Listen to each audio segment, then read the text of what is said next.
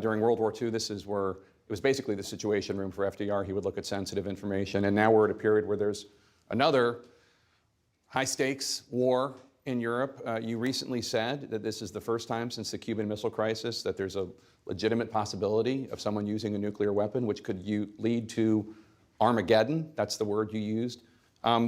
How realistic is it, do you think, that Putin would use a tactical nuclear weapon? Well, I don't think he will, but I think it's irresponsible for him to talk about it. The idea that a world leader of one of the largest nuclear powers in the world says he may use a tactical nuclear weapon in Ukraine, and the whole point I was making was it could lead to just a horrible outcome. And not because anybody intends to turn it into a world war or anything, but it just, once you use a nuclear weapon, the mistakes that can be made, the miscalculations, who knows what would happen. What is the red line for the United States and NATO, and have you directed the Pentagon and other agencies to game out what a response would be if he did use a tactical nuclear weapon, or if he bombed the Zaporizhia nuclear power plant in Ukraine, or anything along those lines? There's been discussions on that, but I'm not going to get into that. It would be irresponsible of me to talk about what we would or wouldn't do. Have you asked the Pentagon to game it out, though? I mean, just in case? The Pentagon didn't have to be asked.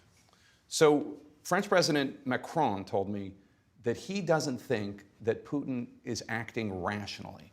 And he said that he thinks a lot of this is because of how isolated Putin was for 2 years during the pandemic. And others who have dealt with him, Condi Rice and Bob Gates and James Clapper, have used words like erratic and unhinged to describe Putin's behavior today. Do you think Putin is a rational actor? I think he is a rational actor who's miscalculated significantly. I think he thought, you may recall, I pointed out that they were going to invade, that all those 100,000 or more troops there, and no one believed that he was going to invade Ukraine. You listen to what he says. If you listen to the speech he made after, when that decision was being made, he talked about the whole idea of he needed to be the leader of Russia that united all the Russian speakers. I mean, I just think it's irrational. So if he's not rational and no, I didn't say he's not rational. You said the speech is what I think the speech is okay. His objectives were not right. I think he thought, Jake, he thought he was going to be welcomed with open arms.